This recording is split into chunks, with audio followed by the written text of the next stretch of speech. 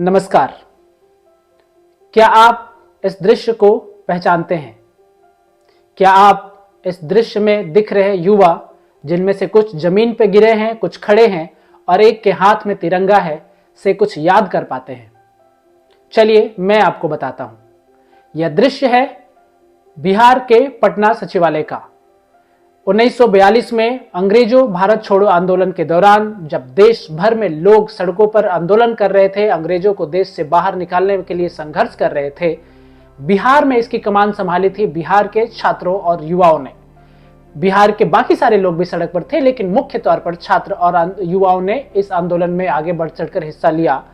और इसी क्रम में 11 अगस्त 1942 को छात्रों युवाओं ने तय किया कि हम पटना सचिवालय पर झंडा फहराएंगे।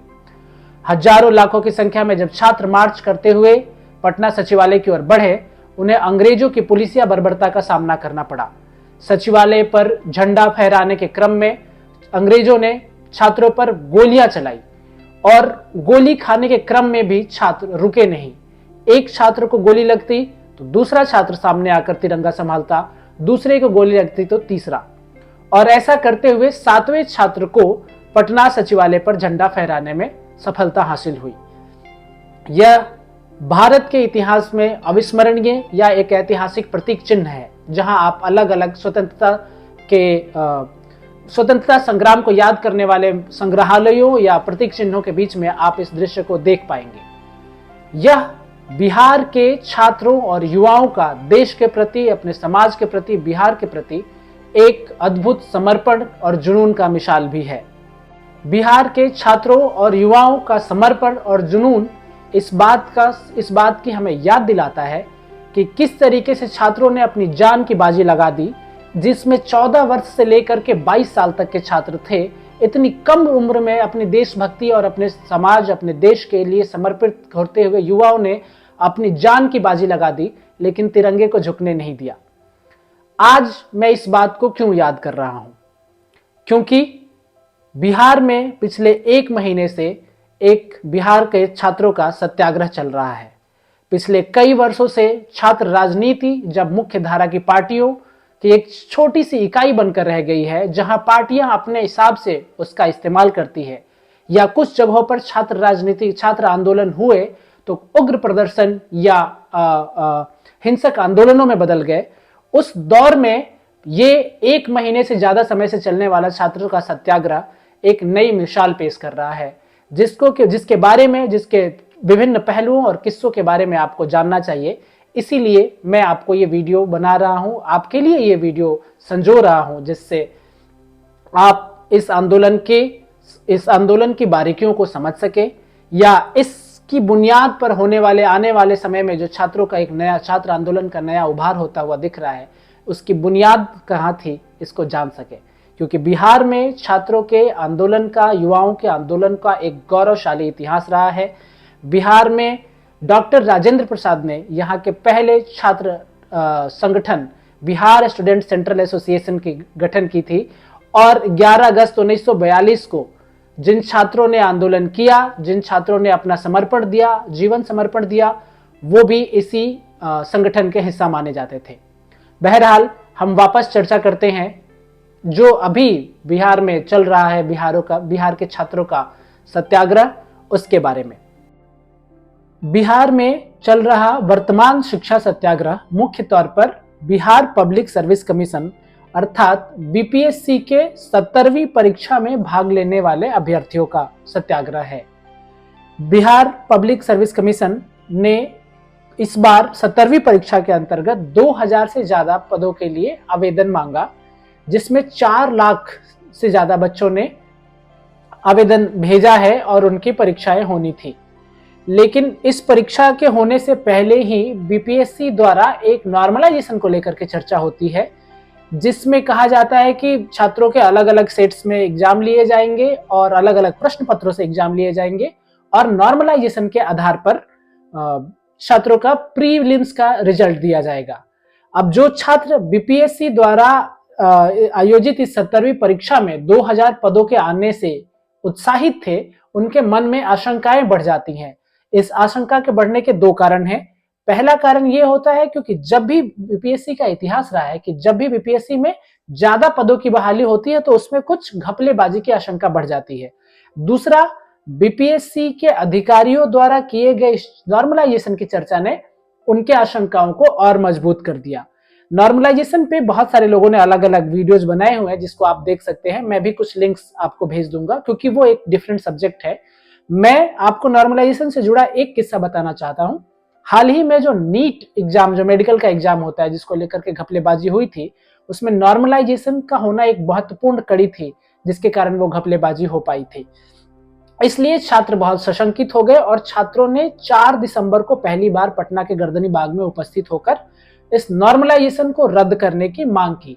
हालांकि ये किसी लिखित डॉक्यूमेंट में नहीं था, लेकिन छात्रों की आशंका थी कि इसको बाद में लागू किया जा सकता है।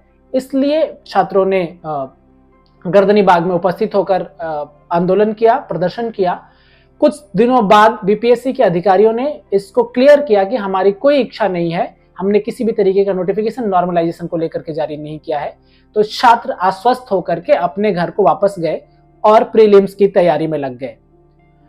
प्रीलिम्स जो कि बीपीएससी 17वीं का 13 दिसंबर को होना सुनिश्चित हुआ था, इस पूरे आंदोलन की एक महत्वपूर्ण घटना बनकर उभरता है जब बिहार के 912 सेंटर पर 4 लाख से अधिक परीक्षार्थी परीक्षा देने पहुंचते हैं और एक परीक्षा केंद्र है बापू परीक्षा केंद्र पटना के अंदर, जिसमें लगभग 12,000 छात्रों के परीक्षा देने की तैयारी की गई थी।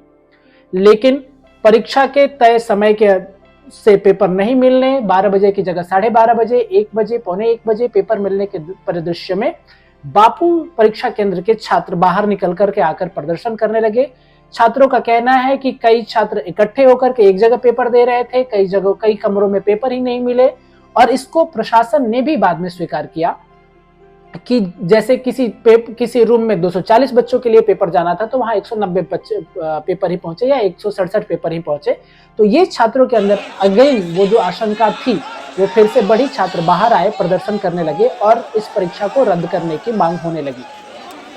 पहली प्रतिक्रिया बीपीएससी की इस आंदोलन को लेकर के, इस छात्रों के प्रदर्शन को लेकर के यही थी कि छात्र उपद्रवी हैं, छात्र नॉन सीरियस हैं, इनको एग्जाम देना ही नहीं था, इसलिए ये पेपर लेकर के बाहर आ गए।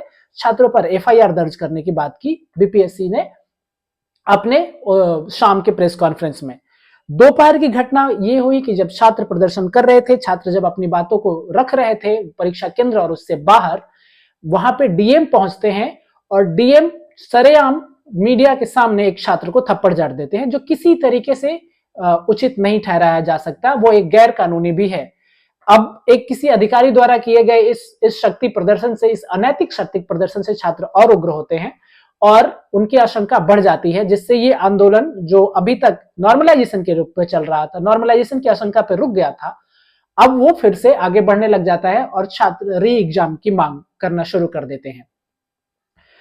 13 तारीख की इस परीक्षा को लेकर के छात्रों से जब हमने बातचीत किया था तो उसमें एक कारण और एक पुष्टि ये समझ में आती है, क्योंकि छात्रों ने बोला, अभ्यर्थियों ने बोला कि ज्यादातर बच्चों ने ओएमआर अपना जमा नहीं किया, ज्यादातर बच्चों ने अटेंडेंस पे साइन नहीं किया। तो चाहे माने या ना माने, बीपीएससी ये रिकॉर्ड दिखा दे कि उनके पास अभ्यर्थियों ने परीक्षा दिया है, परीक्षा में शामिल हुए, क्योंकि बीपीएससी का कहना था कि 100 से 150 अभ्यर्थी ही मात्र बाहर निकल करके आए थे, जबकि हजारों की संख्या में अभ्यर्थी ऐसे थे।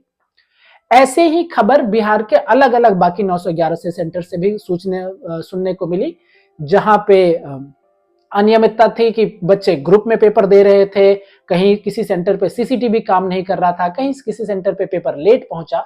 तो इसके कारण से छात्रों ने एक बार फिर से इस परीक्षा को रद्द करके री एग्जाम कराने की मांग शुरू कर दी। 16 दिसंबर को बीपीएससी ने एक बैठक की और उस बैठक के बाद स्थिति को देखते हुए बापू परीक्षा केंद्र के एग्जाम को रद्द कर दिया और उसके एग्जाम के लिए पुनः कराने की घोषणा की। अब एक बार फिर से बात वही नॉर्मलाइजेशन की आके अटक गई, क्योंकि बापू परीक्षा केंद्र पे लगभग 12,000 अभ्यर्थी थे और ये लगभग 21-22 सेंटर की संख्या होती है।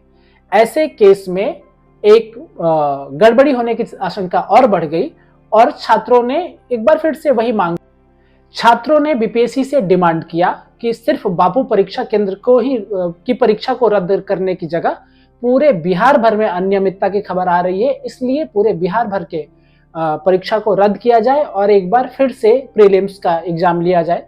लेकिन बीपीएससी ने इस डिमांड को खारिज कर दिया। इसको डिमांड को खारिज करते हुए बीपीएससी के अधिकारियों ने छात्रों को उपद्रवी, नॉन सीरियस जैसी बातें भी बोला, जिसके कारण से छात्रों में रोष और बढ़ा और 18 दिसंबर 2024 को छात्रों ने आमरण अनशन करने का फैसला लिया। पटना के गर्दनी बाग में 7 छात्र आमरण अनशन पर बैठे और वहां उनके समर्थन में हजारों की संख्या में छात्र और उपस्थित हुए। यहां से आंदोलन, छात्रों के शिक्षा सत्याग्रह, जिस आमरण अनशन को छात्रों ने, अभ्यर्थियों ने शिक्षा सत्याग्रह का नाम दिया, उस शिक्षा सत्याग्रह और इस आंदोलन की व्यापकता का दौर शुरू होता है, जिसके किस्से मैं अगले वीडियो में सुनाऊंगा, क्योंकि एक बार में पूरा किस्सा और पूरा वीडियो बहुत ज्यादा लंबा हो जाएगा। इसलिए अंत में चलते चलते बस एक किस्सा सुनाना चाहता हूं और एक सवाल भी आप सबसे। किस्सा बिहार के गौरवशाली छात्र आंदोलनों के इतिहास से जुड़ा है। जैसा मैंने आपको शुरू में बताया था कि बिहार का छात्र आंदोलनों का इतिहास काफी दमदार और गौरवशाली रहा है। तो बात है सन 1955 की। देश की आजादी के बाद चुनाव हो चुके थे, केंद्र और राज्य में अपनी सरकारें, जनता की सरकारें स्थापित हो चुकी थी और वह अपना काम करने में लगी थी।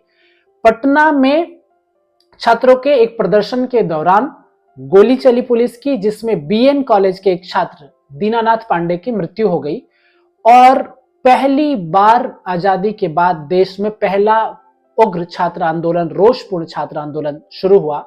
यह छात्र आंदोलन इतना प्रभावशाली था कि देश के प्रधानमंत्री, तत्कालीन प्रधानमंत्री पंडित जवाहरलाल नेहरू को पटना आना पड़ा और बिहार के तत्कालीन मुख्यमंत्री श्री कृष्ण सिंह, जो इस बात को मानने के लिए या इस दुर्घटना की जांच कराने को लेकर के तैयार नहीं थे, प्रधानमंत्री के दबाव में उन्हें झुकना पड़ा और इसकी न्यायिक जांच शुरू हुई और इसके आगे की कार्रवाई की प्रक्रिया शुरू हुई।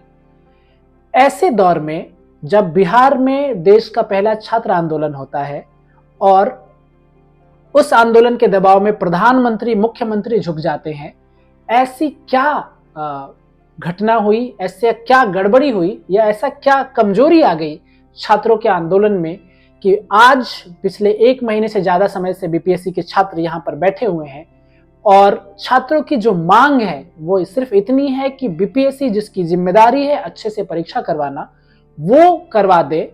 लेकिन छात्रों की मांग मानने तो दूर, उसको स्वीकार करना तो छोड़िए, बिहार के मुख्यमंत्री नीतीश कुमार छात्रों से मिलने तक को समय नहीं दे पा रहे हैं और मिल नहीं रहे हैं। ये एक बहुत प्रश्न चिन्ह खड़ा करता है बिहार और देश की छात्र राजनीति के ऊपर, छात्रों के आंदोलनों के ऊपर, छात्र आंदोलन की मजबूती के ऊपर। इसका जवाब मैं आप लोगों से जानना चाहता हूं कि क्या ऐसा कारण हो सकता है कि ये कमजोरी आई। आपके विचार मुझे आगे इस विषय को समझने और जानने में और मदद करेंगे। आगे अभी जो बीपीएससी के अभ्यर्थियों का शिक्षा सत्याग्रह चल रहा है, 18 दिसंबर के बाद क्या क्या घटनाएं हुई, किस तरीके से पुलिस ने उनके ऊपर बर्बरतापूर्वक लाठीचार्ज किया, वाटर कैनन चलाए, इन किस्सों को बताऊंगा। इसके लिए मुझसे जुड़े रहिए, अपने विचार मुझे भेजते रहिए ताकि मैं, और आपके सवाल भी कोई हो तो मुझसे बताते रहिए ताकि मैं उन सवालों का जवाब छात्रों से मिलकर, अभ्यर्थियों से मिलकर आप तक पहुंचा सकूं। जुड़े रहिए इस प्लेटफॉर्म, इस यूट्यूब चैनल से जिसका नाम है विपिन बिहारी दुबे। बहुत बहुत धन्यवाद।